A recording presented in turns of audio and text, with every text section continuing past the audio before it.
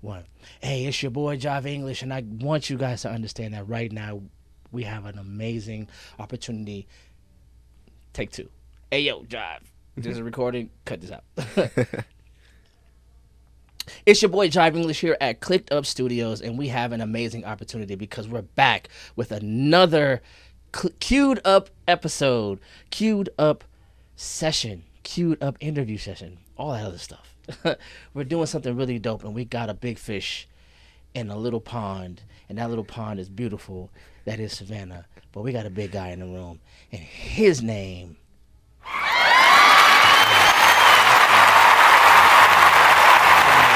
Yeah, we got clap. We're gonna put all the stuff in it. We're gonna put all the juice in it in the post. But I've been impressed with you since I met you.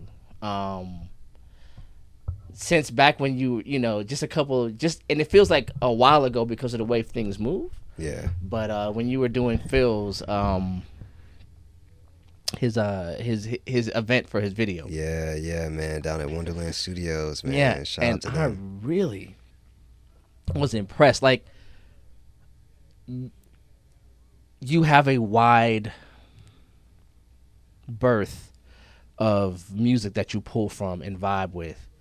And I learned from you that day, this is crazy, that the way you DJ is the way I do public speaking when I do spoken word. If you believe what you're playing, if you believe what you're doing, the crowd believes it. Yeah, for sure. Just like when I believe the words that I say, if I'm in the moment and I'm, you know what I'm saying, you Right. actually feed the audience. And I've never known that. Yeah. And I think you're just a younger generation of DJ.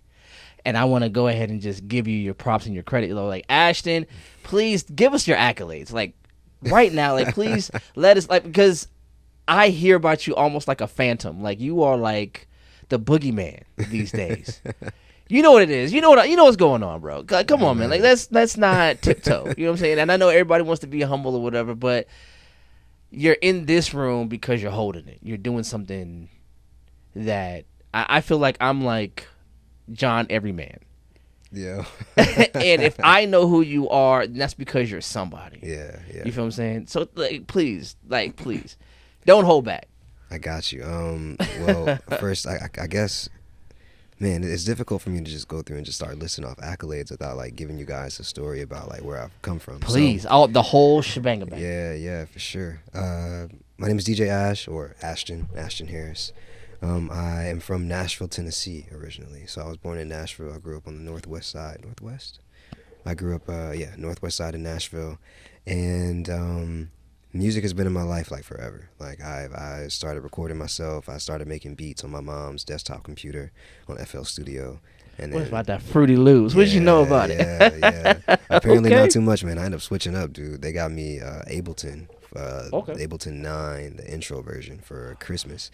And after I got that, I just, like, stuck to it. And so I was in middle school and I started recording my friends in my closet. I would basically just, like, hang a microphone off of the clothes rack in my closet, and, like, I put a sock on the actual pop filter on the actual microphone as the pop filter. And they That's would just, love. Yeah, bro. Yeah, and they would just come through and they would just record. And then after that, I joined a band. I started playing guitar. And I've been playing saxophone ever since the 5th grade at that point. So music was just already just, like, super, super deeply. Were you in the band in high school? I was, man. I was I was Mr. Saxophone back then. Is I that could play right? by ear. Okay. I knew music theory. I still know music theory, so that helps out a lot with DJing and with producing and. Okay, so we're being an both band engineer. nerds. Because Yeah, I for was sure. I played the trumpet. Nice. I don't tell everybody that. Nice. That's dope. Yeah. I can see you playing the trumpet, bro. I can see you playing the trumpet Yeah. or, like, the trombone or something. I played the trumpet and the baritone. Nice. Yeah. Nice, bro. That's awesome. Yeah, dude. I unfortunately I had a house fire where I lost my saxophone. But the house fire was actually the thing that prompted us to move to Savannah quicker. So I had a house fire in Nashville the Sunday after Thanksgiving, and we, like, lost everything. Like, it was, like, in the middle of the night. It happened. It sparked up from the dog house in the backyard, and, like, a heat lamp that my dad and I installed in there sparked. The doghouse caught on fire, snaked up through the kitchen, and then just like started engulfing the house. And so like I lost everything that night. Like I remember, like fortunately I had my glasses on, and fortunately I slept with my contacts in because I wear glasses, and I was able to get out with like some of the items, but bro, like it was absolutely like terrible. And so from that, you know, shout out our insurance. Our insurance definitely made sure we were able to be put up in a hotel for X amount of time. Right. And the community in Nashville, my friends at Hillsborough High School, man, I could cry about it now. They created a GoFundMe. They didn't even ask me about it, but they created a GoFundMe, and that GoFundMe raised like $6,000 to like $9,000. That was on top of what insurance was already trying to cover and everything. Shouts out to Nashville. Bro, yeah, man. Shouts out to them, dude. And it was them. It was the people at my school within my theater department. And so, well, once again, yo, shout out to the Hillsborough theater players. guy? Yeah, I am. So you're like everything, bro. Yeah, yeah. Like, what are you not? That's like a shorter list almost. Yeah, man. Yeah, proper shout out to the Hillsborough players down in Nashville, Tennessee at Hillsborough High School. Okay. They are what turned me into the actor and the entertainer that I am today.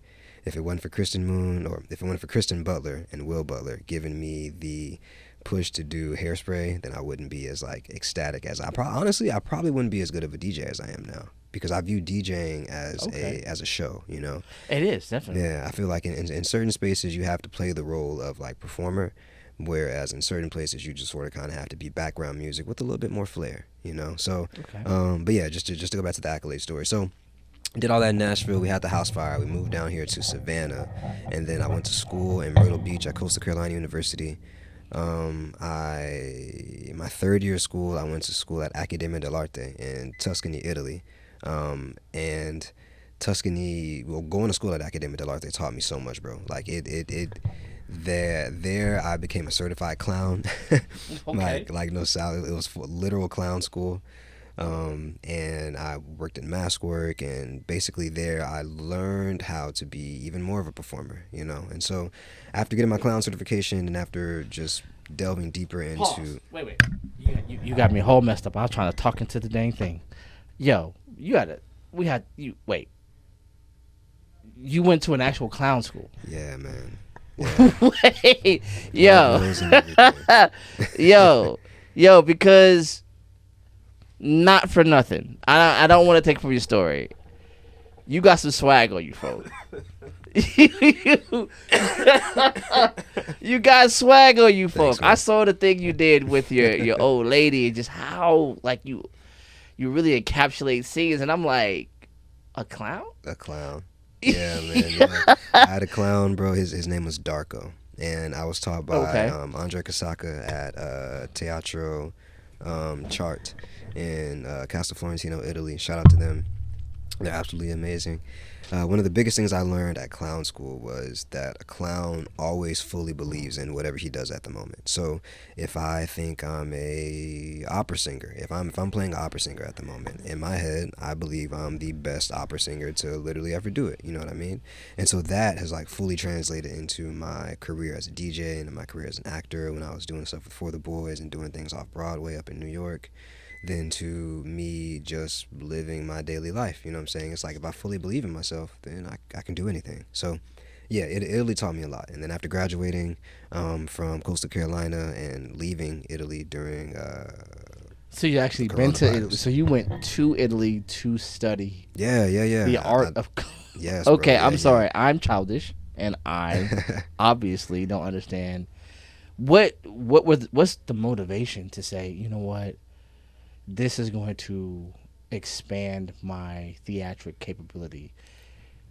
Like clown school specifically? Yeah, clown school in specific. So clown school is a part of our curriculum at Coastal Carolina. So within the physical theater curriculum, I was cross-trained as an actor, as a musical theater actor as well, and as a physical theater as a student as well. Okay, and within our degree... Now it's coming into scope. Yeah, yeah. Within our degree, in the third year, you have to go to a school out in Italy as a part of your curriculum, and clown school was a part of that. And so honestly, bro, I was right there at that time. So I was in final callbacks for Dreamgirls, and Dreamgirls was it was the Asian tour of Dreamgirls. Okay. And I was in final callbacks. I was going to be Cece. And so at that time I had like this, like in one hand it was like do Dreamgirls and like be Cece and like do the Asian stint of that and everything.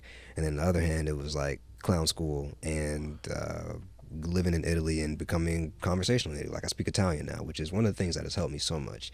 Now me speaking Italian has helped me be able to speak Spanish, and so I can speak 3 of course, languages. those romantic languages. Yeah, man. Yeah. And so like I think going to Italy was You like sound the like a best band dude. option. A what? You sound like a band dude. A band dude? Yeah, and I'll tell you why. Because I believe this is my bias towards instrumentalists, is that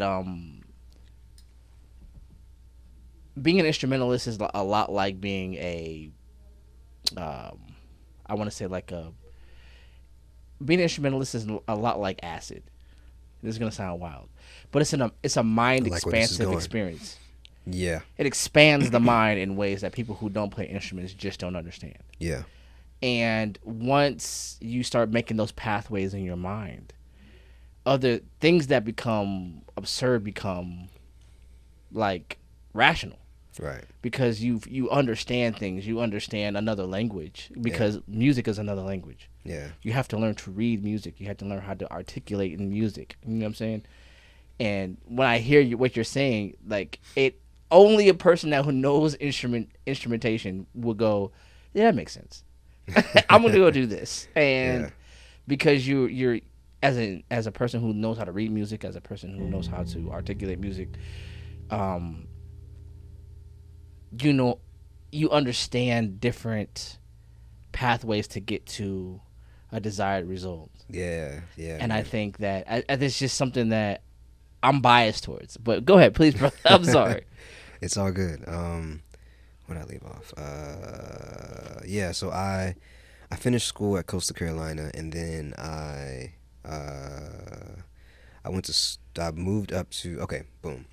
I finished school at Coastal Carolina, and then I did this TV show or YouTube series. I was about to go to TV called For the Boys. Okay. And after I did For the Boys, I started getting more interest from different productions and different theatrical things. My agents were sending me different things at that time too.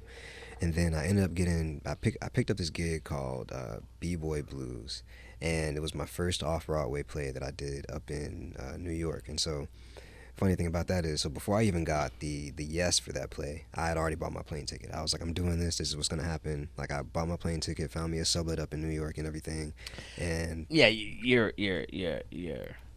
an ethereal artist. Yeah, man. I was living by the spirit at that point, and I still am. Yeah. But back then, I was definitely more so like, all right, like I know this is gonna happen. I know that this is what the universe has set out for me. So let's make it happen. Let me go ahead and buy this ticket, and let's keep it pushing. And so, yeah, I moved up there, lived up there for a few months, and then I came back down to Savannah after the show closed. And I started working with a studio here called Euphoria Sound Studio. Let's back up a second. Yeah. You go from a house fire. Yeah. To a whole new environment. To like almost not missing a beat, chasing your dreams back. Exactly, man. And you're in New York. You're from Tennessee. Yeah, Nashville, Tennessee. And forgive me for saying this, and I know you heard this before. I hear it all the time. You don't sound like you're from Nashville, Tennessee. Yeah, people say that. I've heard it my whole entire life. Yeah. But you don't sound like you're from Nashville, Tennessee. So you're this vibrant character. You're this amazing person who has the ability to play music, to be dramatic and artistic, and you're in what they would call interdisciplinary artist, from Absolutely. instrumentation to acting to DJing, and I'm just gonna say clowning, like bro, you got me with clown school, but because there's nothing about the person that I've met that would have, you know what I mean? Like if you put me on like a game show and it's like, yeah, you have to guess who this guy is and what he's done in his past, and you said clown school, I just laughed. Yeah. Like, all right, this is that has to be the ridiculous answer that makes the other ones more,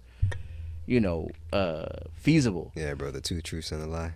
Yeah, like that, right? And then you're like, two truths and a lie, and he was like, clown school. Okay, that has to be ridiculous. Yeah, man. And then it was like, no, I did go to clown school, but you are an amazing artist. A well-rounded artist in many different forms, apparently. I appreciate that, man. Thank you. and you come to Savannah, and what happens? Like, do you just fall into Euphoria Studios, or do you, like, what happens? How do you get to DJ? Because now you're talking about being an instrumentalist. Yeah. And I remember when I was in school, like when I was in high school, I thought I loved band so much. I thought that's what I wanted to do with my life. I thought I wanted to be in a big band. I thought I wanted to like travel. Like that was the place where I felt the most who I was. Right. And to the point, my daughter, my second oldest daughter, plays the trumpet, and she's actually miles and kilometers ahead of me. Like, oh wow, you passed it down to the fam. What? Like, I try to. She's the one that took it, and I was never first chair. Yeah. Ever. I was second chair at the highest, but my daughter was never not first chair. That's how good she was, right? That's dope. And competitive, and she's a girl. I have nothing but girls. Yeah. So she was so competitive, and there was nights she would practice and cry because she couldn't get it, and she would get it, and I would calm down, and I would talk to her, and try to give her my second chair advice. but she took it, and she just became amazing. How do you fall into DJing, bro? Not fall into, but how do you grow? How do you expand? I guess that's a better way to put it. Yeah. So my girlfriend actually got me my first DJ board. So there's something, DJing is something I've been talking about on and off, like just for months before. And then for Christmas, what year is this? 2026 right now. For Christmas in 2024, she got me my first board. It was a black DDJ Flex 4. And when she got it for me, she was like, she told me early on, because she was, this is how you know you have a good woman, when they're super excited, be like, I got you this, so I can't wait to tell you, oh, this is what it is. Sorry, I want to tell you so bad, I just couldn't hold it. It's beautiful when that excitement We're going to so get into radiant. Relationships in a minute. Please keep going, brother. It's beautiful when that excitement is so radiant that, like, the person is just like, I know you're going to love this here. And so she got me the board, and I played my first show at DasBox, R.I.P. DasBox. R.I.P. Yeah. DasBox. R.I.P. DasBox, man. And shout out my guy. Gone too soon. Yeah, exactly. Yeah. Exactly. Shout out my guy, Digital Poppy, Jake Menendez. He actually was the one to give me my first show as a DJ. And so I played there. You two seem to have the same spirit, bro, to me. Yeah, Jake's a cool guy, man. What? Like, Jake is intimidatingly orthodoxy when it comes to his craft. Yeah.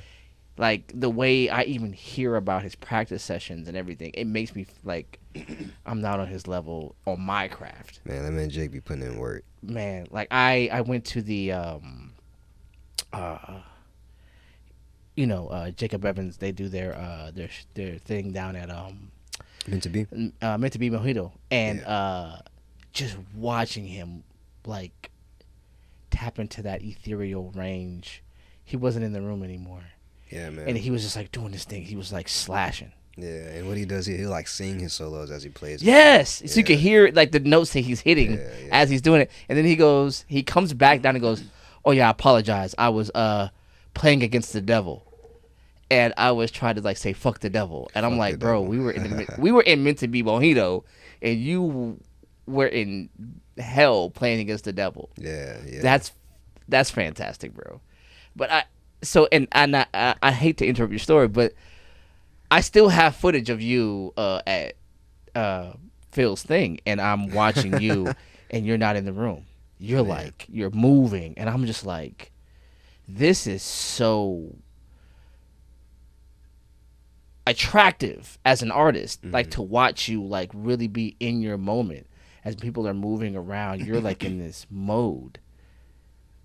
I'm sorry, I just had to say that. Like it was like because I had to edit some stuff, and I strictly remember going, yo, I know who this is, right? Like I know who you are as far as I'm acquainted with you, but to know like your passion and how intense you can be, right. I didn't see that even in the night because there's so much going on. But going back and looking over it, I was like, oh my gosh. But please. She gives you your first board, and so she gives me my first board, and the first thing I'm thinking, I'm like, bro, like, all right, well, I got to do the show with Jake. And so then I go, I do the thing that you're not supposed to do as a DJ. I go and I download all my music from YouTube. I use a YouTube converter and rip every single song off of YouTube or SoundCloud. Because one of the things, all right, my musicians, this is a pro tip. If you are going to download anything off of a streaming service that is free or paid, download it from SoundCloud. SoundCloud has the best audio quality compared to YouTube. And compared to, yeah. I mean, like, if you can download it from Tidal or Spotify or whatever, do that how you can. But I seriously doubt you can. If it's SoundCloud versus YouTube, SoundCloud wins every single time. Take the same song, listen to it on SoundCloud, and then listen to it on YouTube. I promise you, SoundCloud will sound better. Take this, and when you use it, think back and say, DJ Ash told me this. I got you. Yes, sir. Okay. But yeah, man, so I downloaded everything off of YouTube, and it sounded poopy. But did the gig, kept developing, kept growing and everything, and then I locked in my first residency at the Thompson Savannah. I was a DJ I am the DJ for the entire hotel. I locked in another residency at the Drayton Hotel. And then I just started trying to figure out where I can go in terms of like creating my own things. And so I started working with a restaurant on creating a Afro beats night and everything. And then like just. Okay, you're going to fast forward. Wait, back up. Yeah. You got to back up, bro. Your girlfriend introduces you to this new medium of entertainment, and you just take to it like a fish to water. Like, yeah, man, to be honest with you, because I mean, like, I've been producing and working in music for like 13 because years. You from FL to Ableton. Yeah. Okay. And so for music is just like innately my thing, you know. When it comes to making beats, I can make a beat in like 20 minutes. And so when it came to understanding the phrasing of songs, you know, like 8 bars, 16 bars, 32, 64, 128, things like that, I was able to just apply that same knowledge that I have in producing to DJing. You know what I looked up, and this is completely off the subject because, again, just being in the band and knowing music and learning music and reading music. One day I was riding home and I was like, how many songs are actually in 3/8 time? In 3/8? Yeah. And there was only one major song that did it. What song is that? Do you remember? Yeah. We all know what it is. I mean, I hope you do. I mean, I know I remember when I heard it. I don't know off the top of my head. It's Kanye West. What? Yeah. What Kanye song, though? Spaceships. Oh. All damn day trying to get done, trying to get this thing right. Dun, dun, dun, dun, dun, dun, dun, dun, dun, dun. And I was like, that's the only one. I'm thinking about it now, and I'm like, yeah. That's 3/8 time. That's the only song that I know that has actually made, like, you know, success, and it's in 3/8 time. 3/8 is crazy. I know about 3/4 or like. Yeah. I literally looked it up. I was like, damn, because I was in my mind. I was like, I was thinking about some of the stuff I played and some of the stuff, you know, and I was thinking about the 3/8 time because it's such an interesting, metric to play in. Right. And I was just like thinking about it. I was like, well, what if you did it in hip hop? And then I was like, wait a minute. Well, has there ever been anybody that did it? And then I'm like, I looked it up, and it was Kanye West. Crazy. But you do this thing. You become, so you take to it like a fish to water. How does the idea of Afrohang come out? Afrohangs come out. Like, how do you envision, like, where does this come from? So Afrohangs came about from me realistically just wanting to play music in the park. It began seriously, it began on February 22nd. I had about 10. This year? Yeah, this year. I had about 10 to 15 people there. And me and my girlfriend, we brought our dog, and it was cold. It was cold as fuck. February is. Yes, bro. Yeah. Me and my girlfriend, we brought our dog out, and like my subwoofer and my 2 speakers and everything. And I just went. I just played, and then I just stayed consistent with it. Kept promoting it on Instagram, and just kept pushing about it. We kept promoting it every 2 weeks, and then we grew into like 430 people at one event. But where it birthed from was genuinely me just wanting to go into the park and play Afro beats. And where it's been interesting too. I'll answer this. I've been seeing on the internet people be questionable about the name, like why Afrohangs, and it's not a black thing at all, to be very honest with you. I mean, of course it is, just because it's like Afrocentric genres and stuff like that. And in one of my earlier videos, I actually did sort of kind of be like for my Afrocentric peoples and stuff like that. But within that same video, I did say it was for everyone, and I still stand by that today. Afrohangs is for everyone. But the name itself originates from Afro beats and Afrocentric genres. That's where you get the Afro from. And then from Hangs, which is a park hangout, just chilling, park hangout. Afrohangs. So no, but I don't think you have to apologize for that. No, I'm not apologizing. Yeah, I'm just giving people some more clarity. So whenever this drops, people can understand that, like, this is why the name is this way. This is why we got going on what we got going on. But I think it's beautiful because Afrocentricity has always been inclusive. Yeah. So you don't have to apologize for that. I think there is, and I don't, we don't have to get political, but I think there is a pseudo exclusivity that some of the political entities in the world today are trying to create out of Afrocentricity. That's just not true to the nature of Afrocentricity. Yeah. I think Afrocentricity, I think indigeneity, I think are inherently inclusive cultures and inclusive concepts. And I think it's because of that so many different groups in and outside of Afrocentricity find a place in your space. Yeah, man, I'm very, very blessed with the community that Afrohangs has become. Like, we have a very, very healthy blend of people across demographics, across age groups, across interests, across just other things too. It's a safe space for everybody, and that's what it's going to continue being. Do you have a stage name, bro? DJ Ash. DJ Ash, just simple. My DJ name is DJ Ash, but when it comes to like production and everything else, it's just straight up Ashton Harris. But to be transparent, I have been thinking about changing my name. I think it's too late for you, bro. Low key, not gonna lie. I think like now that things have exploded in the way they have, I got to stick with DJ Ash for a while, and then once I get bigger, then I can probably change my name. So you're gonna go from Kanye to Yeezy? Is that what you're gonna do? No, so I was thinking you're gonna find your Yeezy moment. I was thinking about the name Astro. Astro? Yeah, but ASHTRO rather than like ASTRO. Astro. That feels organic enough to stick. Yeah. And so I'm not gonna. This is my first time saying anything public about it right now, but I think I'm gonna just like keep that on the back burner. Yeah. And then maybe use that as like an undercover moniker for a while. I mean, it's not really undercover because my name. Did you think that your presence in Savannah would be so?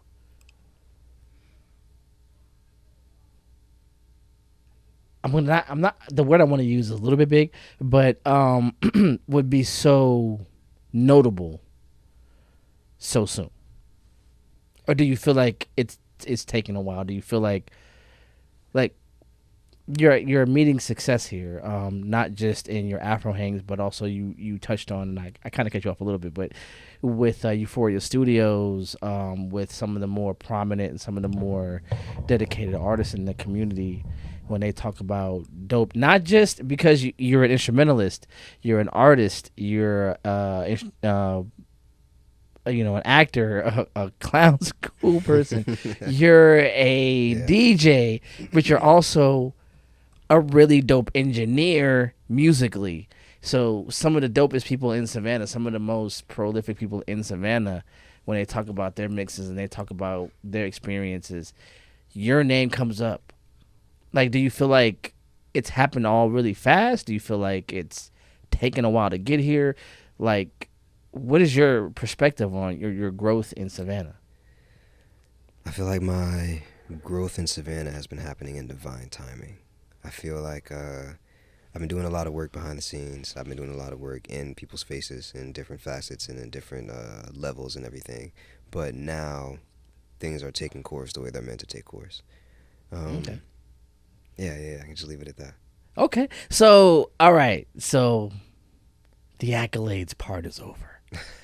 Because we can make a whole set about just your skill set and what you're able to do and the crowds you're able to go. We're going to come back to Afrohang and the growth and stuff like that. We're definitely going to touch on that again. Sweet. But you're a whole human being. Yeah. In and outside of your art. Who is Ashton? Like, how do you see you? With as little ego as I can say this, I see myself as an extremely cool, talented individual who is someone who has a big heart and is tactful in how I do things, whether it comes to music, whether it comes to my relationships, whether it comes to how I communicate with people, whether it comes to how I move in the city or just in life, you know. And I'm also very spiritual. I think I mean, people probably can think I'm spiritual, so I'm not gonna say that. I'm very spiritual. But yeah. In essence, I think just that. How do you? So, do you have a spiritual orthodoxy, or are you more of a freelance or a free spirited person? Like, what is your spiritual roots? I'm more free flowing, to be honest with you. Okay. My family's roots are in Christianity, but my roots, like my people are from Nigeria and Cameroon and Congo, and so when I did an ancestry test, I learned about all of my roots and saw the percentages and everything like that, and it makes so much sense. Because at first I thought I was just no shade to us as Black Americans, but I really thought I was just Black American, and I was like, that's cool, but I would love to be some extra things too. I don't think any of us are. Nobody's just anything here. Yeah. And I think that's one of the illusions of Americanism is that you could just be a thing. Yeah. And I think, I did a podcast a couple nights ago, and matter of fact, I think it was last night, and on my father's side, there's heavy German presence. And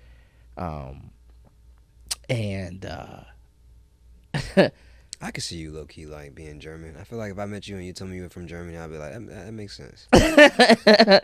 So and one girl that I talked to after the podcast who I know very well, she was like, yeah, because your nose.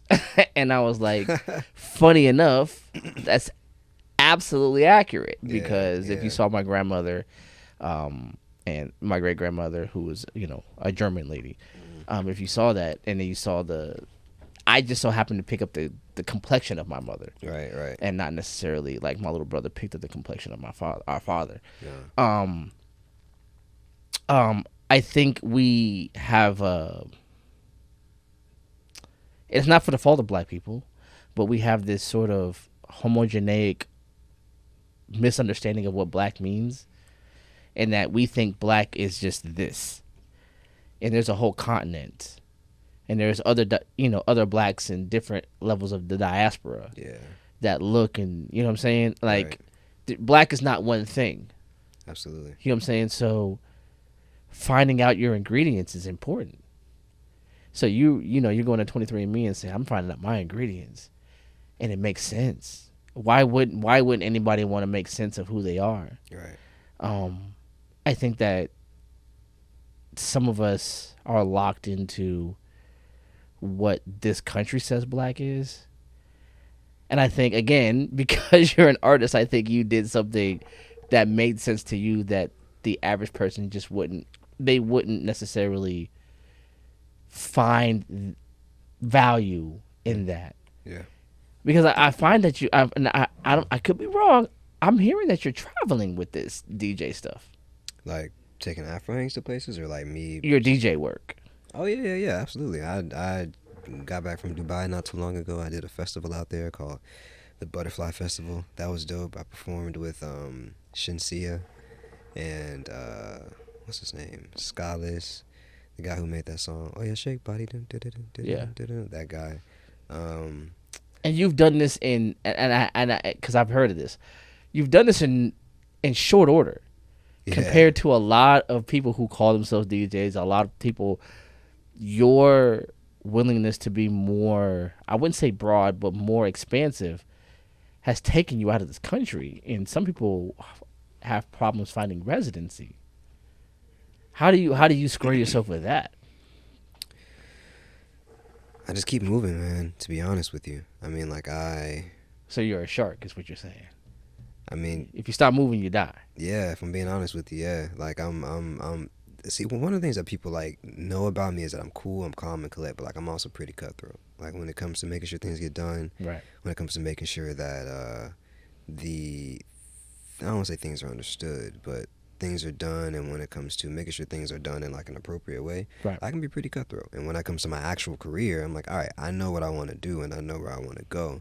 And so if going to Dubai is what makes sense, then going to Dubai is what makes sense. If on the way back in Dubai I got this super long layover in Amsterdam, I'm gonna fucking shoot a DJ set and I'm gonna go around to the coffee shops and then make like a day out of it and make some content, you know? So it's like, is that what happened? That's exactly what happened.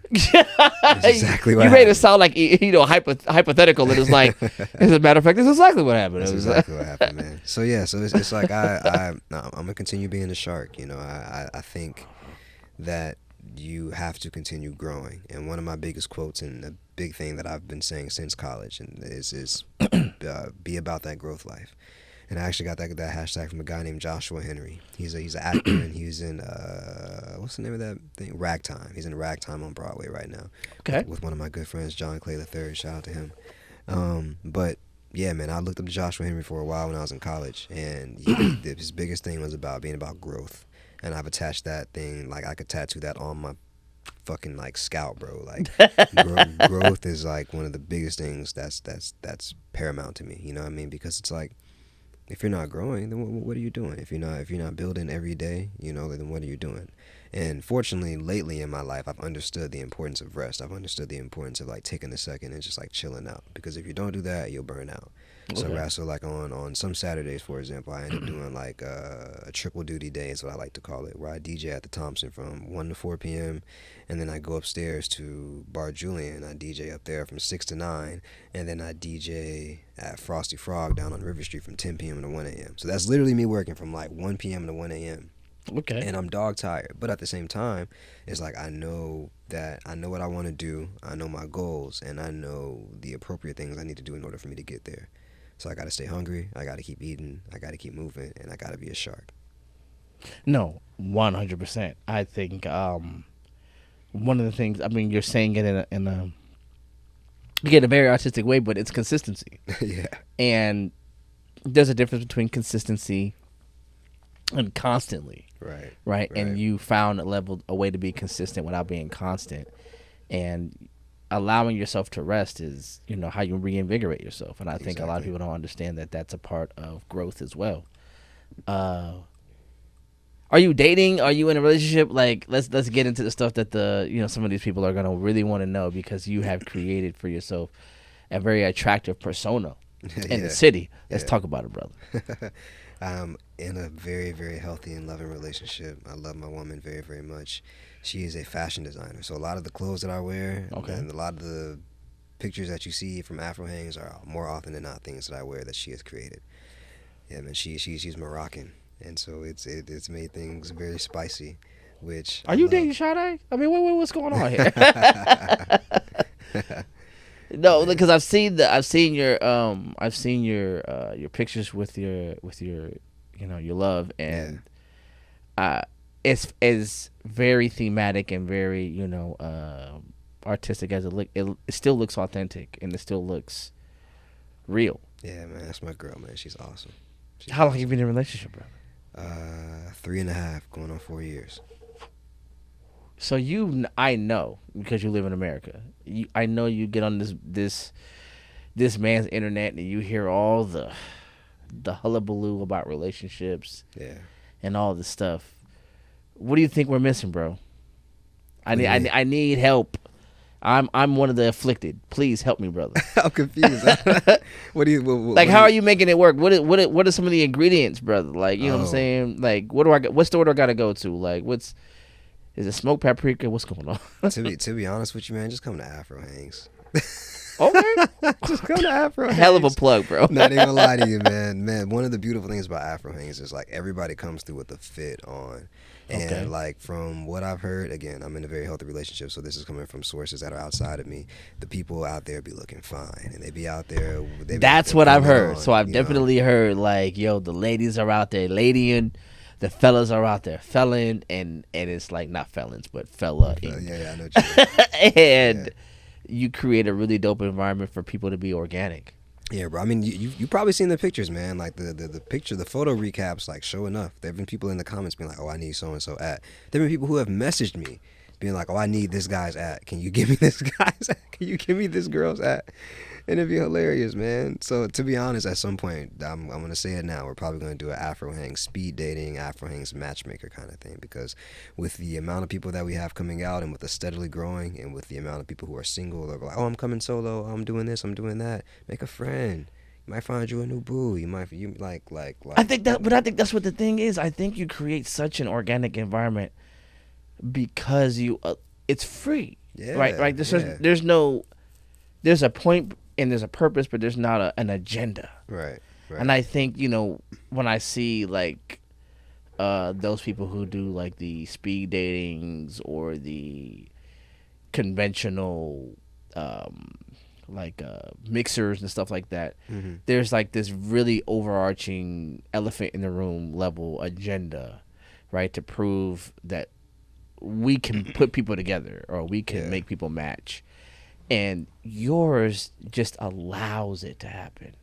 And this is just from the outside looking in, like looking at, the impromptu, electric slides that happen and all the stuff that happens.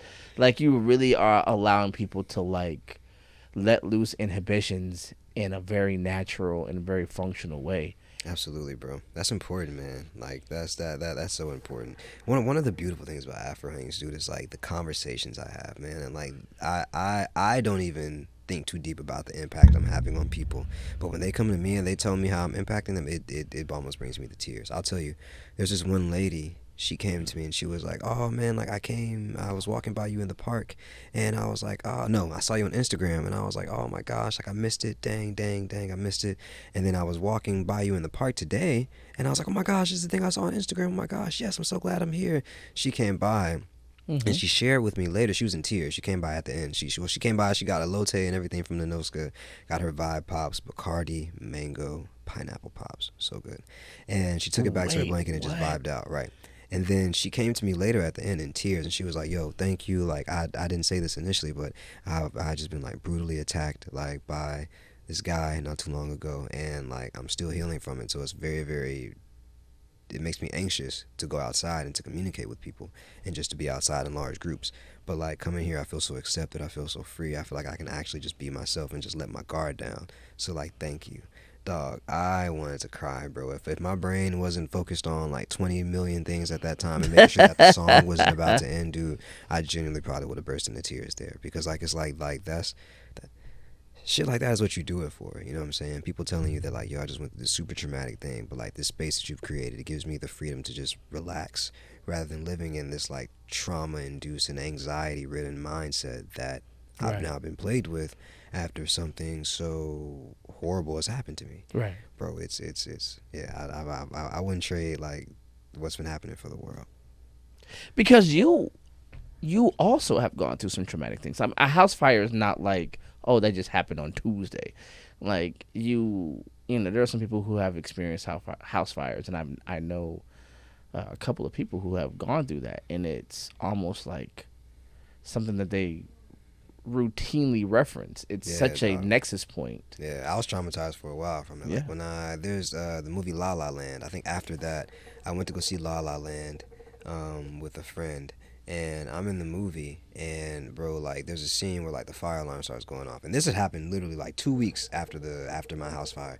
I start freaking out, but like me, I'm very, very good at like keeping myself calm when I'm in public places and being aware that people are fucking watching me, so I gotta keep it chill.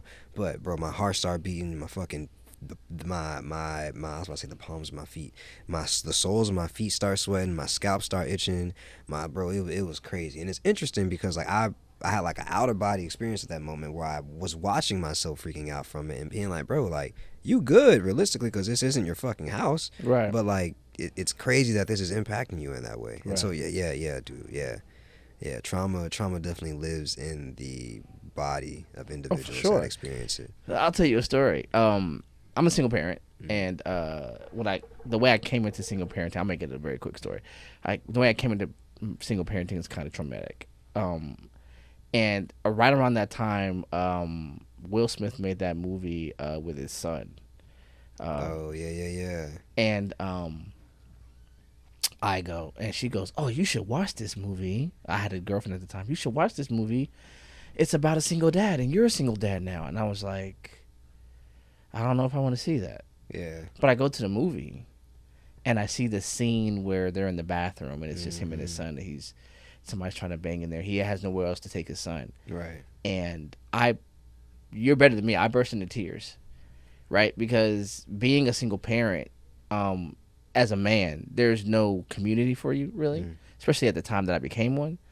And I felt like I was the only human in the world that had to go through this. Yeah. Because nothing prepared me for it. And then now like you said, like all the anxiety and all the stuff, you're watching it, and it's hitting all your buttons, and you're going, I know what that, what do I? You're feeling like you jump into the scene and you feel it. Right.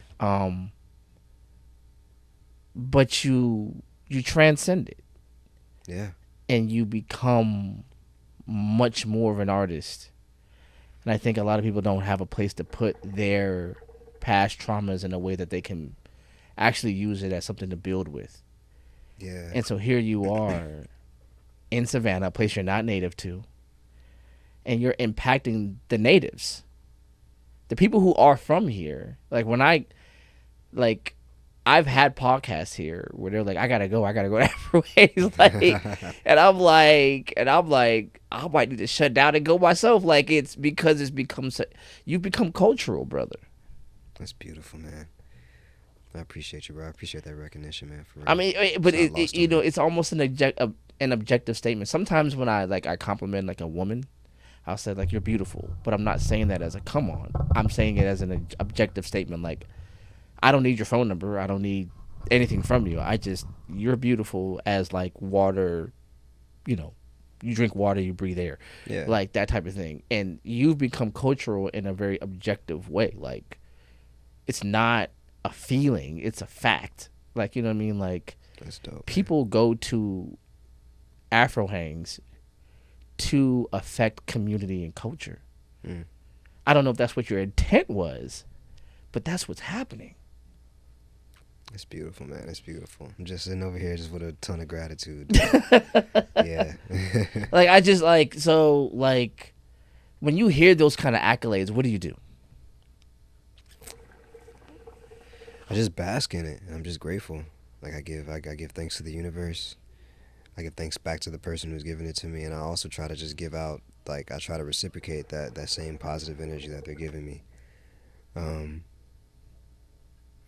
it just inspires me to do more. When I was a kid, I was bullied from like kindergarten to 8th grade. Really? Like, yeah, man. I was like terribly, terribly bullied. For me having pink lips, for me having like clothes that like weren't like that, for me having clothes that were from Goodwill. You know what I'm saying? From like all different kinds of stuff. Wait.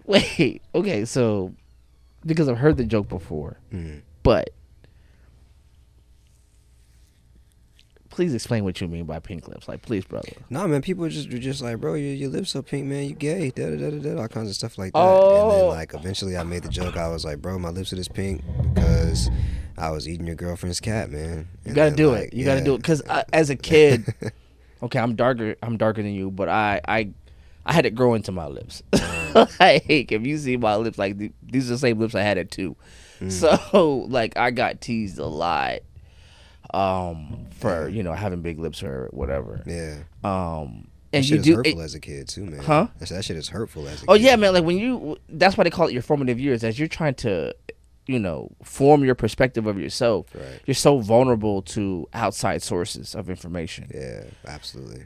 And I remembered there was a stint where I was trying to learn how to hold my lips. Like, I don't want them to look so big. What do I do? And so I giggled because the joke that I heard around, pink lips or whatever was like, that's how you know you light skin. When you got two pink lips, that's how you know you light skin. LOL. Yeah, I'm definitely light skinned. So right. That's and so facts. like now I'm gonna go to my father because my father's a light skinned guy. My father's lighter than you are, and my father hates light skinned jokes. As a matter of fact. LOL. So whenever I make them, when he hears this, I'm gonna get a phone call. He's gonna say, "Son, do we need to have a conversation?" I'm like, "No, Dad, it was a joke. It was just a joke. It was a joke." But that's funny because I was teased and I was bullied a little bit, and I think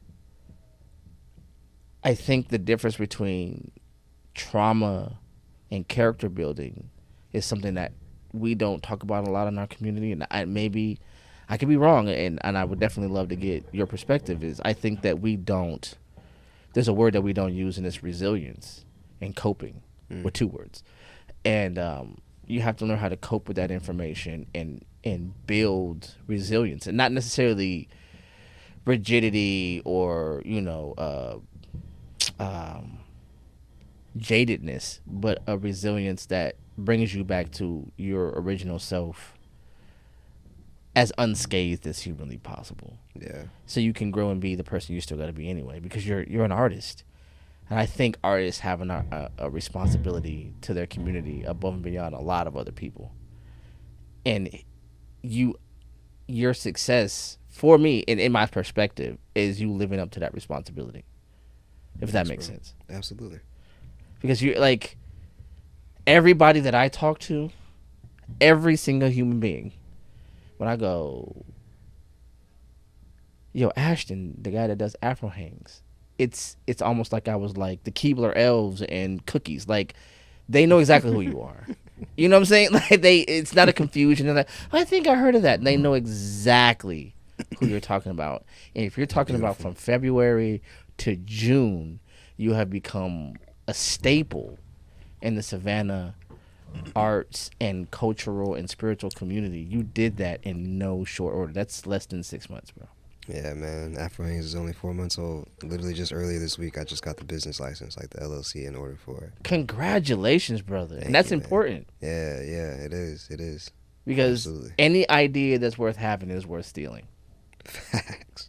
And you know what I mean? And you got something, bro. Because it's going to happen at some point. I want to put that energy out into the universe, you know what I'm saying? I will this off against myself. But, when people see an influence and when people gain influence from something more often than not, they have to find some kind of way to get their take of it too. But also at the same time too, like artists steal. That's one of the things about being an artist, you know what I'm saying? Like, you masterfully steal. Like, there was a book that I read not too long ago that was about like great artists steal, or how to steal as an artist, or how to steal like an artist. Oh no, Steal Like an Artist, that's what it was called.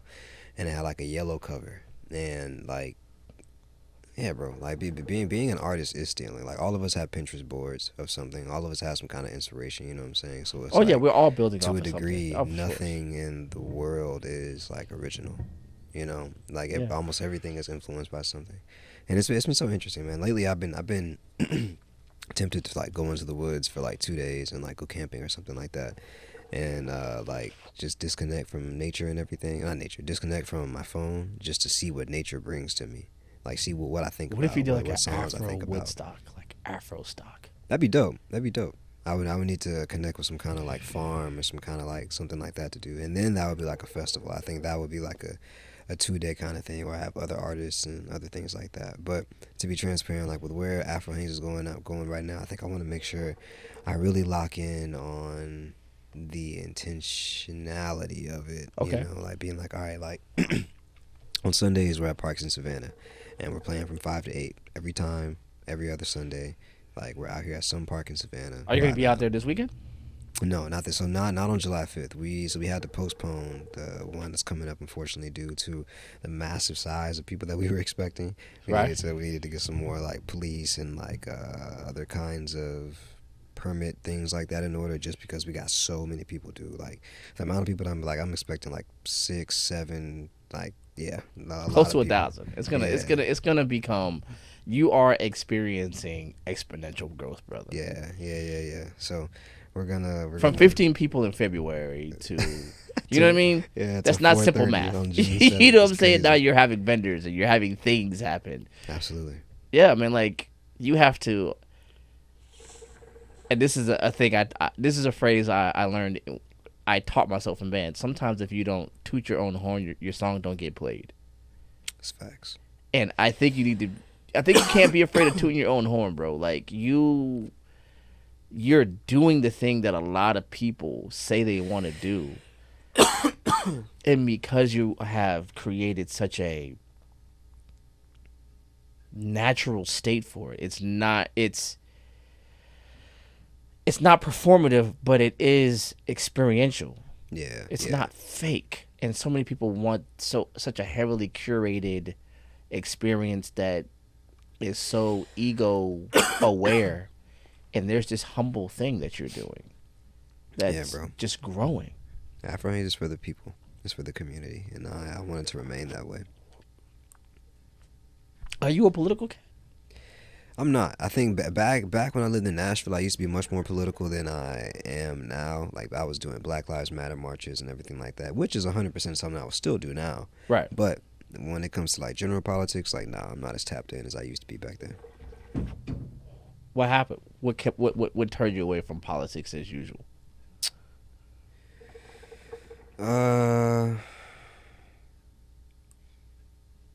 More so to be transparent, more so a lack of understanding. If I'm being like very transparent and very vulnerable with it, it's just more so like some things like I'm just like, all right, I don't fully understand this in its totality, and with all the kind of stuff I got going on, like if I'm looking at a screen, more often than not, I'm looking at a screen, working on some kind of music, looking at waveforms. And so when it comes to like politics and things like that, it's like I don't really have too much of the time to like really be as tapped into a lot of things on a bunch of different tangents. So I would be, it's not like I'd be completely ignorant, but it's like I wouldn't be as like for example, when it comes to like the votings of things of like the like what was it, like a restaurant, there was a new ruling in Georgia not too long ago where it was like like if you go to a takeout restaurant, you go to a restaurant, you can take whatever alcohol with you that you ordered there to go, and like if I order a wine at this restaurant, a bottle of wine, I can take that wine with me. Right. You know, and like that's legal everywhere now. Okay. Now, I did not know that. Exactly.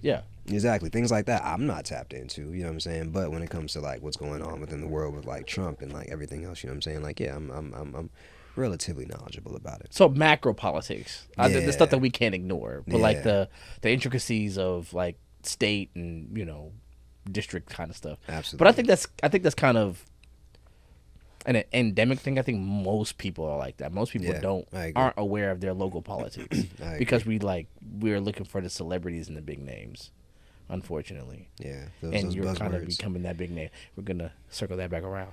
Like, how do you deal? Like, so are you starting to be recognized everywhere you go? Is that happening? Is that happening a lot? Absolutely. Be transparent, bro. I've been being recognized in places where I go since I lived in New York and I was doing For the Boys. And it would be crazy. I'll be walking around Brooklyn and I go to like somewhere like Elsewhere or something like that. I go to Everyday People and there'll be like 8 people recognize me. Oh, bro, let me get you a drink. Oh, so good. Oh, da-da-da-da-da-da. You were great in For the Boys. And so now it's like interesting for that to be happening in like a city I actually live in. Right. Like Savannah, where it's like I'll go out and like it'll be like someone person like, oh, you're that guy who did Afrohangs. Oh, you're that guy who DJ'd at Palm Wine. Oh, you DJ'd at this bar that I went to and I love you. Oh man, you're so great. All kinds of things like that. Is it intimidating a little bit? Not at all. Not at all. I know that when it happens to me, I have. it probably doesn't happen as much as it happens for you at all, and that But when it does happen, I think I'm so organically. I don't think of myself a lot. So like I'll mention something. I remember I asked a lady to come to my podcast. Yeah. I inboxed her and I said, "Oh, ma'am, I'm who I am. I'm with this, that, and the third, and I'm just wondering." Very humble, proposal. And she goes, "Jive, I know who you are," and of course, and I was just like it. I didn't know she knew who I was. Yeah. I didn't assume that. And it's actually almost intimidating. I remember I was in the store with my homeboy, and a guy ran up on me and goes, "You're that guy." And I immediately, you know what I did? I lied. And I said, no. Damn. I said, no, that's not me. But it scared me. Yeah. And my homeboy was like, why did you lie? I go, I don't know. The energy that guy came up to me with was a lot. Yeah, and it can be a lot sometimes. Man, I didn't know how to I didn't know where to put it. Yeah. Like, I was just like, I was going to the store to get some food for the kids. Yeah. And I didn't look like anything. Right. Like, and 9 times out of 10 when I get recognized, I look like nothing. Yeah, that's another thing too, man. I mean, my style has always been pretty big for me in general, but like nowadays when I go out, like it's very difficult for me to just be able to go out in like a t-shirt and some shorts and like be chilling, because I'll be walking around downtown with my girl and our dog, and then I'll be like, oh my gosh, wait, there's Afrohangs on Sunday, and I'll be like, shit, you see me in my like chill clothes right now, stuff that I only wear in the crib if I'm not, like in my birthday suit, man. Shoot, you know, so like, right. Yeah, yeah. But we were talking right before we came online. I mean, came on camera, and neither one of us are native. Yeah, man, no. So I'm from Cleveland. You're from Nashville, and here we are attempting to make this, impact on a community we're not, indigenous to. Man, we've already done it. I mean, like we're succeeding at making an impact on this community that we're indigenous to. And I think I'm humbled by it, right? Because my perspective is the reason why I believe I have the success that I have, and I'm gonna transpose this onto you, is because there's no assumption that this community owes me anything. Yeah. So when I do what I do, I don't do it because, I got cousins and sisters in here that kind of owe me showing up. That kind of owe me like sharing and subscribing or anything. Like anything that I get, it's organic because this isn't my space. Right. So when somebody notices me, it's not because, I remember when we went to school together. No, you don't. You remember when this? Like the only way you know me is because I'm effective enough to be noticed. And knowing that you're not from here, your impact is a little bit more organic than somebody who's homegrown. Because there is nothing local that says this community owes you anything. You know what I'm saying? Yeah, bro. I feel like nobody owes us anything, to be honest with you. And I don't know if that's just my David Goggins impression mindset or what. But like, yeah, man. I feel like in life you just gotta go and get it. Like the only thing we're owed is like death, to be honest with you. Oof. Like it's like that's gonna happen. It'll happen at some point, and I think we have to fulfill the purpose that we came back on, that we were reincarnated on Earth, in order to fulfill. Do you know who? I've been battling saying this to you. Do you happen to know who Terrence Trent D'Arby is? One more time. Who? Terrence Trent D'Arby. Are they a Savannian? No. He's a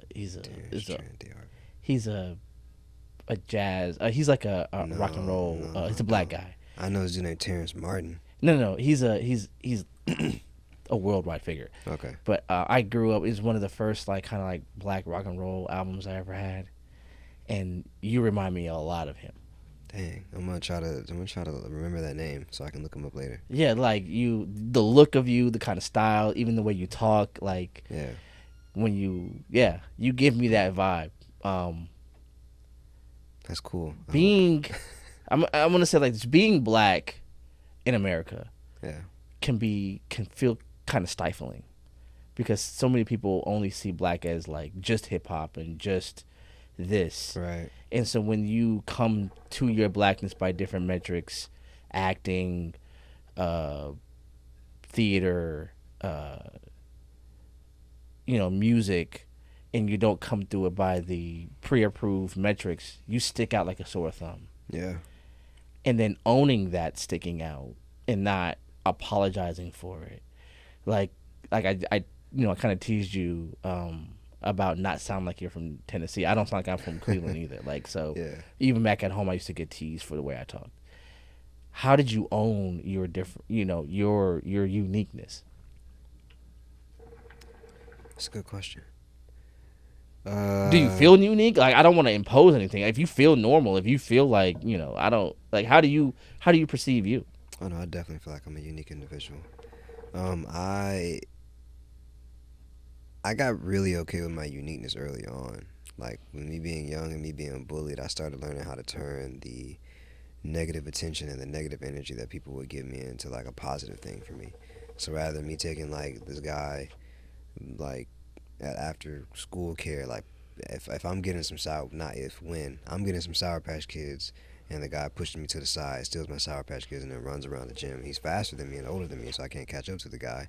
You know, back then I would take it. Back then I took that shit as like, oh, I'm so angry, blah blah blah blah, and I'm mad. But like now, when something like that would happen, I mean, I'm not gonna let anybody steal from me, but the energetic transmission of like negativity, I let those things impact me in a positive mindset and in a positive mode. So when it comes to like living in my uniqueness and affirming that I am who I am, I don't want to say I just do it, but I just do little small exercises. Like a thing that I love to do is I specifically do this when I'm in the airport or when I'm at other places where I feel like people don't really know who I am. If I'm downtown, for example, and I know I'm walking around a bunch of people who are more than likely tourists, I'll do this thing where you walk as the person you see yourself as in 5 to 10 years. So me, for example, like I see myself like wearing a Lenny Kravitz-esque like big ass like scarf, and and maybe I got on some leather pants and like some fly ass like rocker heels or some shit like that, and I'm just walking. But when I'm walking in my mind, I'm envisioning myself. You know what I'm saying? I'm envisioning myself as that person who has those clothes on. I'm walking, and internally hearing the click of like the heel on the ground. You know what I'm saying? And so when it comes to like just rising up against the bullshit, it's just more so just embodying like who you believe and want yourself to be. So now I gotta ask a question, brother. Yeah. Because you are performing in your future. How do you stay in the moment, though? I gotta ask that question. You know what I mean? Presence checks. So when it comes to staying in the moment, I do a lot of like checking in on myself. You know what I'm saying? Being like, bro, like, I'm a pretty grounded individual in general, but like look at everything that's around you and like take it in, you know? Like, for example, like at Afrohangs, when I go and I stand up on top of the speaker, like there's a picture of me with like my arms up and I'm like yelling at the crowd. Quite literally before that moment, I vividly remember standing up on the speaker and looking out at everybody and being like, bro, there's like 400 people here right now. This is crazy. And I just took that second to just like take it all in and be like, damn. I think the largest crowd I ever had for myself was like 300 or something. Bro, it feels great to have a large amount of people there for you.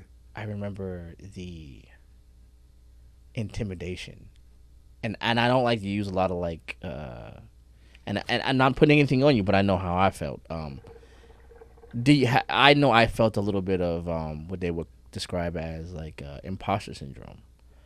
Like I got these people that come out here, and I don't think I'm the person that they think I am, but they came out here.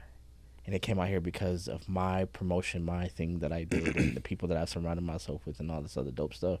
I don't know if I can give them, you know what I mean?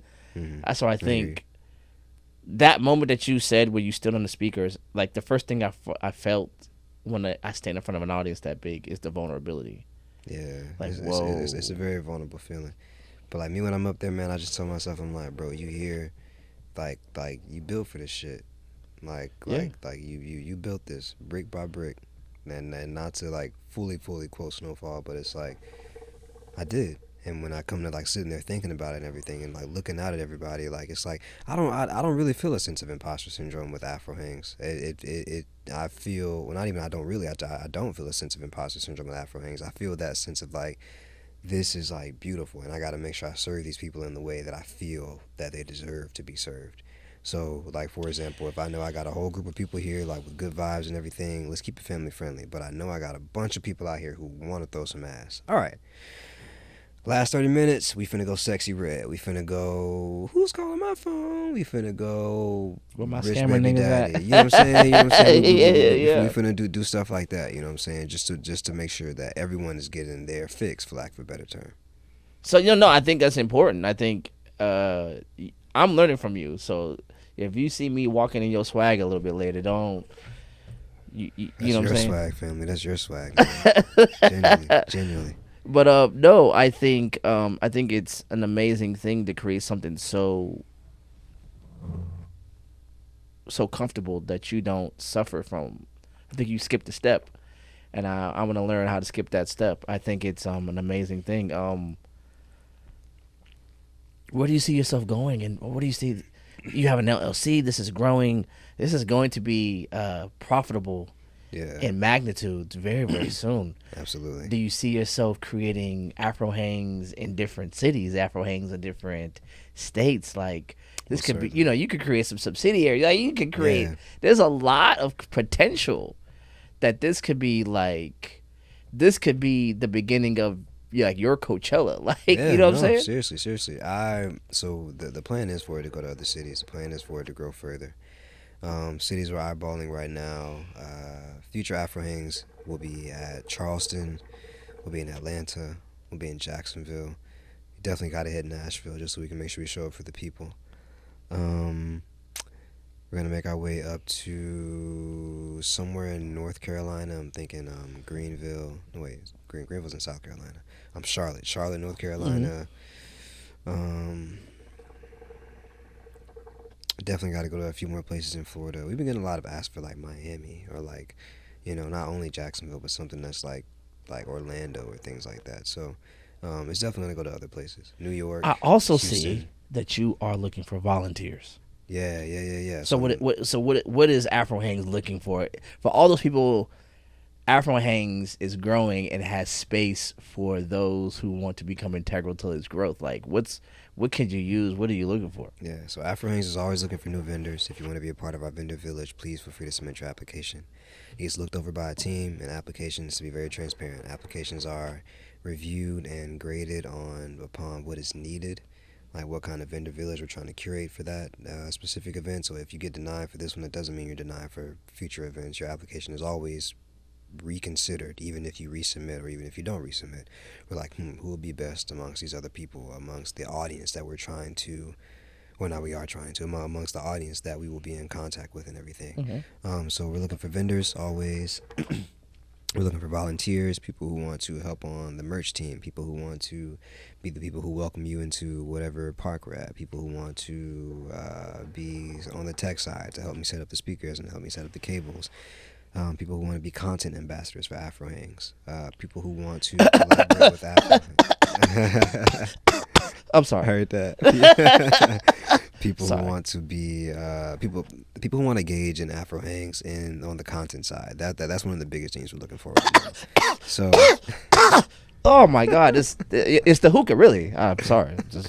So if all my friends out there, all the family out there, if you're a content creator and you want to be a part of Afrohangs, feel free to reach out to me or go to Afrohangs on Instagram and send us a message, send us a proposal, because one of the things, again, as I mentioned earlier, I'm cutthroat. And when it comes to business, I'm cutthroat. And when it comes to me being a DJ, I'm cutthroat. I'm very, very nice, but I'm a cutthroat individual. I'm a Scorpio.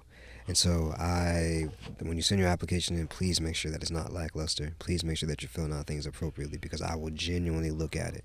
And if it's just one sentence, if it's like, oh, why are you a good vendor at Afrohangs? Because it's happened twice, three times. Why would you be a good vendor at Afrohangs?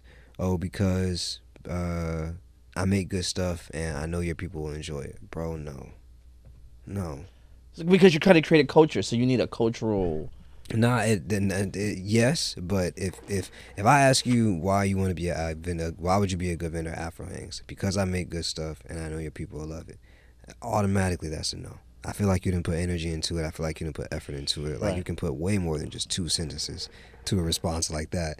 That's gonna put you up, because when you're coming to Afrohangs as a vendor, you can make $1,000. Right. The vendors who we've had before have made $1,000 in that 2-3 hour period. So when it comes to submitting applications and when it comes to submitting things that are pertaining to Afrohangs, just make sure you got it all in check, because Afrohangs is an official business. I also operate like an official businessman. So when it comes to my people on my team getting paid, they get paid handsomely, they get paid appropriately. But we also make sure we operate in a very clear-cut, cutthroat at sometimes operation. So again, We are looking for vendors. We're looking for volunteers. We're also looking for people who want to be a part of the content creator team. So we're looking for content creators to, I wouldn't say partner with, but more so collaborate with for future Afrohangs. So if that sounds like you, reach out to me. We can get talking. God, I'm old, y'all. Sorry. This is I got you, Jive. I hear you. Yo, like, man, so from creating this idea in an organic space, how and creating the business regimen that's going to protect it, because that's a necessary thing.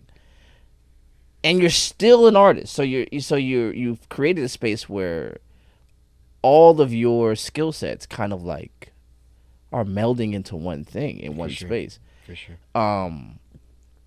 Do you ever feel like you get lost in the moment? Do you ever feel like you get lost in the minutia? Do you ever feel like you're ever able to live in the moment of the Afrohang, or do you feel like you're so busy in the production? Sometimes, yeah, I get to live in it, but sometimes I don't. Like, more often than not, whenever people like want to talk to me and have this like conversation that I can innately feel is gonna last 10 minutes, I know my song is gonna end. And if the song stops, everyone's looking at me or looking to figure out where I am. And if I'm here sitting there talking to you, I'm like, oh my gosh, now I'm embarrassed because the song stopped. And like I'm sorry, I gotta make sure I keep this song going. So like, sometimes I feel like I get to take it in, but more often than not, I end up having moments like that where I try to talk to someone and like in my head I can hear that the song is about to end. I gotta cut things off real quick or be like, I'll be right back, and like sprint to the controller to make sure I can like turn the loop on to make it go back further in the song or like find a different song or something like that. So it's like sometimes I get to live in the moment, but more often than not I find myself living in like this in between of like enjoying it and mixing and stuff like that. Bro, there'd be so many songs that I don't get to play. For example, the Afrohangs. This is not purposeful. I rarely play Burna Boy. And the only reason I rarely play Burna Boy is because, like, for me, when it comes to Afrobeats, Burna Boy is not at my, like, highly listened to artists. Right. But I know the masses love Burna Boy. Yes. But when I'm DJing, I'm over here playing through stuff, and I'm like, yeah, this a vibe. So I got to actively think about, bro, let me throw in Last. Let me throw in... oh, yeah. Let me throw in that. Let me throw in all kinds of other stuff like this. But when I'm in the mix, you know what I'm saying, having a conversation with somebody, but also trying to, like, do tens of other things, yeah, it is. So sometimes I do, sometimes I don't get to so you're in the moment. You're a younger brother, but you're not, like, a kid, right? And yeah. As you get older, you start to develop a taste for what you like and what you want to hear. And I've heard some older DJs, like, yo, I just don't vibe to that music. That's just not part of my set. I've also heard, like, critiques that some of these DJs are just one or two genre DJs. Yeah. And they really don't have the breadth of what... How do you keep your ears to the street and what the people are into? I listen to a lot of DJ mixes on YouTube. Okay. So, but even then, they aren't usually playing the most like frequent stuff. So like honestly, I ain't gonna lie, I use Instagram a lot. Okay. So when it comes to like finding what I think people will like for example, the Young Miami song "Spin That," bro, I did not know that song at all until I was playing that Frosty Frog. Some lady came up to me and asked me to play it, and I was like, okay, let me listen to it and I'll see if I can work it in. I go and I listen to the song and I'm like, what is this? Literally like stank face, like, what is this? I'm not playing this.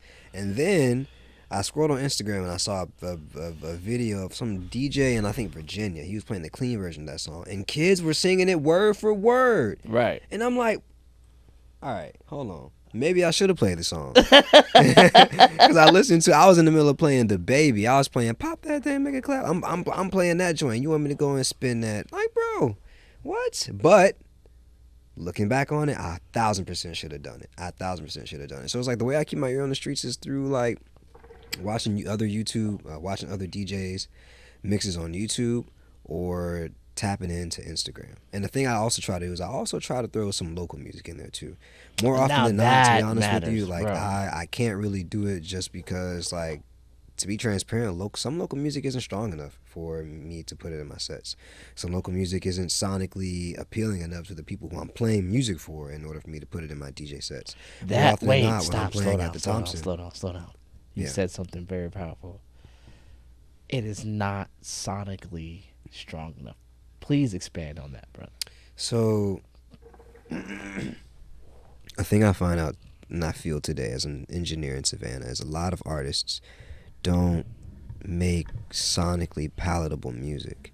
And they could be doing that. You want people to play your music at the club, you want people to play your music on the radio, you want people to do this and do that with your song, but it's got to be groovy enough for it to affect an audience. Right. So when I'm listening to music like a DJ, like for example, when I'm finding songs that I want to play for my DJ sets, I quite literally listen to like 10, maybe 20 seconds at a song. If I'm like, okay, download. You know, and if I do the same thing when it comes to some of the artists here in Savannah, it's like a lot of their music isn't going to pass that 10, 20-second test just because it's like I'm bored, or because the lyrical content isn't strong enough, or because they, like, it just doesn't sound sonically good. It doesn't sound mixed and everything like that, you know?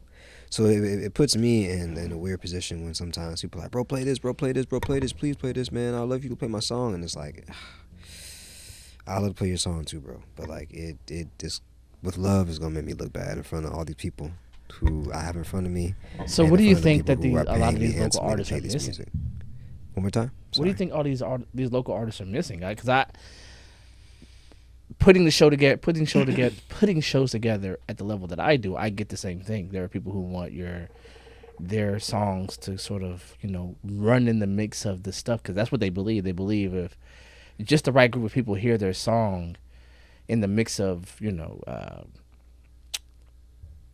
established music, for lack of a better term, that's the break that they're going to need. But why do you feel like my feeling is there's a lot of artificial sort of copycat music that is lackluster, like you were saying. Yeah. And there's really no vulnerable, true artistry to it. That's my whole take on it. Yeah. They're just like, yo, I'm just trying to, you know, get my views up or something. I'm trying to, you know, do that synthetic thing. And not to say that some of the stuff like The Baby and some of the stuff like, you know, Young Miami and stuff like that, I'm not Young Mommy, whatever. Not to say that is not the case, but they just have a more, you know, widely distributed, you know, thing. But there has to be some integrity to music. Yeah. So then I want to segue into your engineering, because you engineer Euphoria Studios. Do you take all clients? Do you listen to some music and go, like, what do you do? Also, so I take all artists.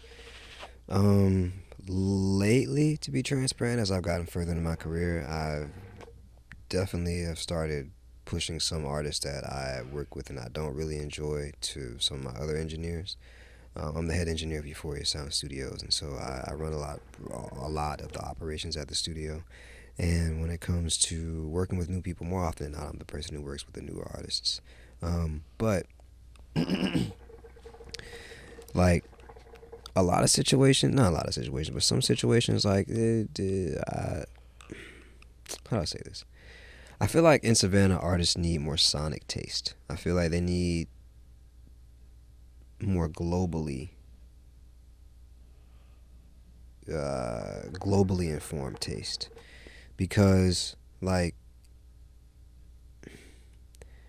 you can be a rapper and you can want to make, like, I don't say drill music, but you can want to make like street music, for example.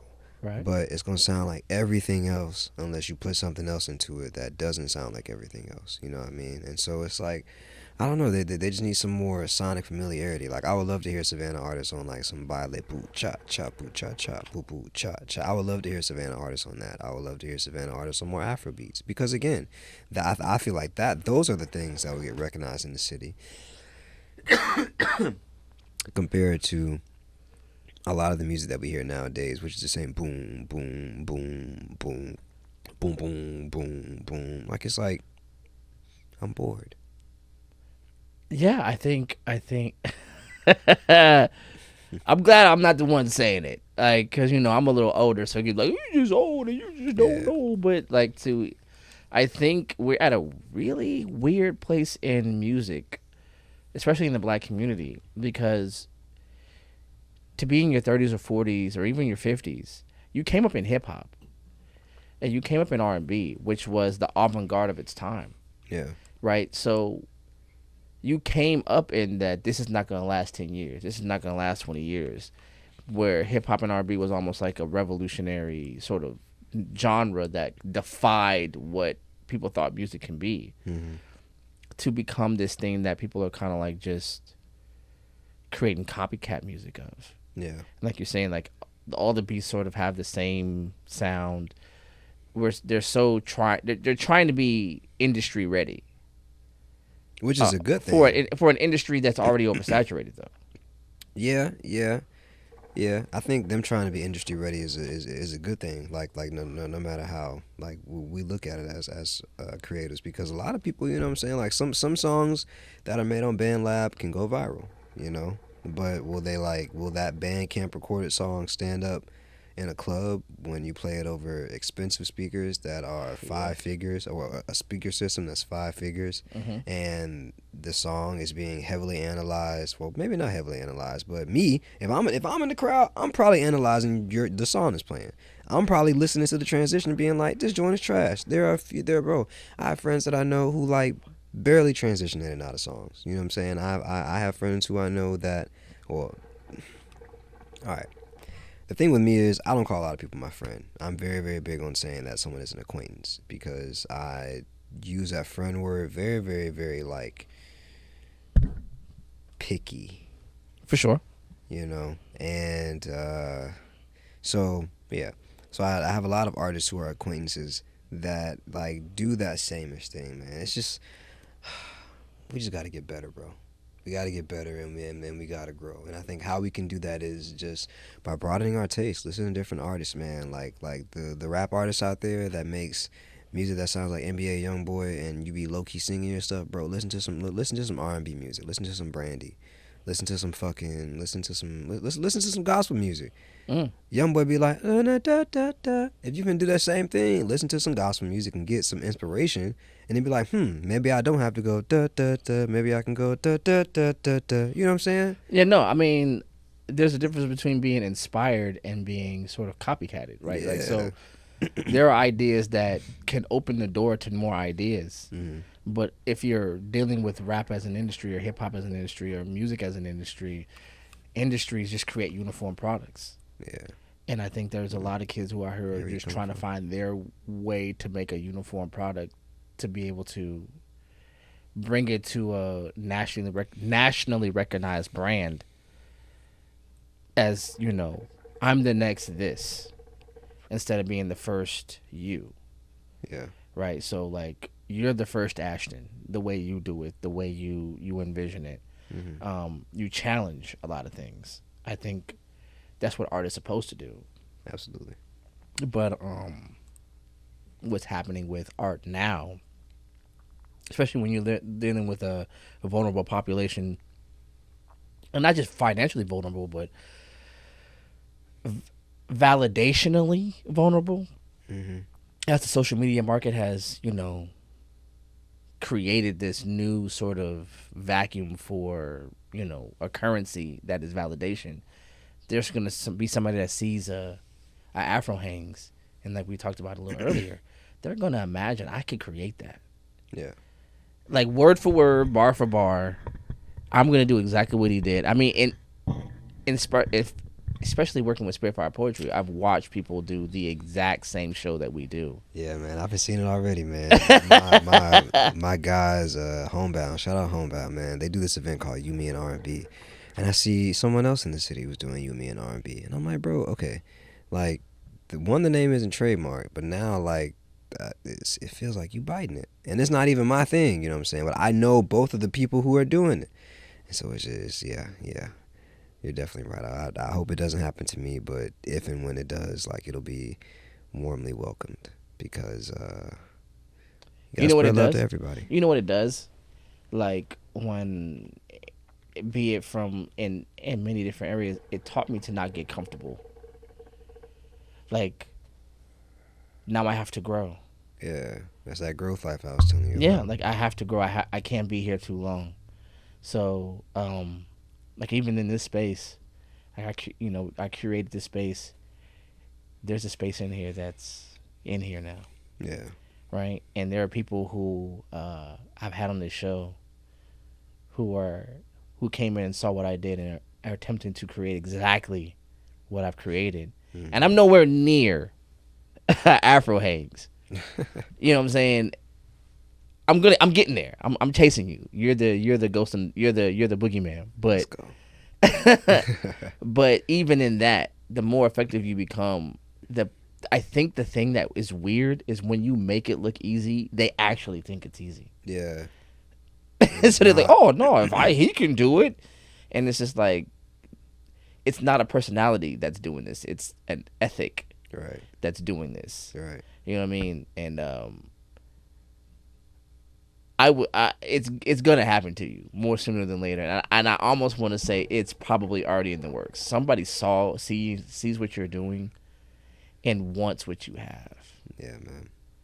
Unfortunately, because it's so fucking dope, bro. Like, you created almost an intergenerational, interdisciplinary, you melt, like the melting pot we talk about America is happening in Forsyth Park. Yeah, man, yeah. It's like, how did you fucking do that? It's dope, man, it's dope. I'm just super blessed, man. I'm super grateful. I appreciate you, bro, for real. No, I appreciate you. We got to have you back, bro. Absolutely, let's do it. Please, before we get out of here, please, like, plug yourself, man, like, as if it needs to happen. But please, like, tell us, like, where do we need to be next? Like, yeah. All my people, all my friends. Once again, my name is DJ Ash. I want to give a big thank you to my guy Jive English for having me here, as well as the Cliqu'd studio, Cliqu'd the podcast, for having me come to this joint. I've been very blessed to be able to sit on this couch, and so I feel very blessed to be able to talk to this man as well. A few things about me. I don't know when this episode is going to drop specifically, but if it drops before this, on July 11th, I'll be DJing at Daphne Park as a part of the Juneteenth Fireworks Festival. On July 12th, I'll be having a show at Euphoria Sound Studio. It'll be Smash. It's where we're bridging global sounds from all over the world, and we're turning into a night party. So if you guys want to come through, Smash is going to be at Euphoria Sound Studios from 8 p.m. to 11 p.m. The fireworks show is going to be on July 11th from, I want to say, 6 to 9 p.m. Mm-hmm. No, 5 to 9 p.m. Mm-hmm. Afrohangs is going to be on July 19th from 5 to 8 p.m. at Lake Mayer Park. You can catch me at the Thompson Hotel every Friday night from 6 to 9 p.m. up on the rooftop, the tallest rooftop bar in Savannah, Georgia, at Bar Julian. You can catch me down there at the pool every Saturday from 1 to 4 p.m. If you guys want a different vibe, like a Y2K, like throw that ass R&B, well, not R&B, they don't really let me play R&B there, but some R&B, Y2K R&B, and mixed in with hip hop and a little bit of bounce and everything, I got you. I will be at Frosty Frog on River Street on July 18th, July 25th, and also August 2nd. July 31st. And what else I got going on? I'm trying to just plan all the dates, plug all the dates that I can think of in my head right now. Do you have like a website, brother? Like, what? I do have a website. Do you have a website with a calendar on it, brother? Like, the calendar isn't updated with all my July gigs, but if you want to find out what else I got going on, you can find me on Instagram at VSHTXN, or just type in DJ Ash, or you can go to Afrohangs.com and look at everything in regards to Afrohangs and see what we got going on. I appreciate y'all. Yo, man, I appreciate you and like your energy and like just how dope you are in the space that because I know you got things to do, so I don't want to keep you too long, hey, man. You and I are both very busy people. Yes, sir. I got to reset for what I got to do later. Absolutely, man. But it's blessed to have you, brother, and to be able to. I hope I can say this. Like, you're like a colleague. Like, we're like. Yeah, man. Hopefully, I get to graduate to your level. Oh, bro. Oh, man. But yo, this has been Cliqu'd Up Studios with Queu'd Up interview sessions, man. It has been a pleasure to have Ashton, DJ Ash in the building. Afrohangs, one of the newest and most prolific cultural events in Savannah. And if you haven't been, like I haven't been. We got to go. Yeah. So we going to be there next time. If you don't meet me there, it's because you beat me there. That better be what happened. July 19th. That's right. Yo, it has been fun. It has been real. Do all the stuff that the dope kids do. Like, share, subscribe. Like, share, subscribe. Afrohangs, man. It needs to be bigger than it is. This is new Coachella. Like, this is bottom floor. Like, this is 2 years from now, you're going to need tickets and a hotel, bro. Yeah. It's going to be like that. Absolutely. I can see that for you. Yo, thank you you guys for listening, tuning in. This will be before July 11th. So nice. You're going to get all the reels and all those stuff like that there. Nice. Dope stuff, yo. It has been a pleasure. It has been a gift. And it has been my duty to be a part of this community. Yo, y'all take it easy.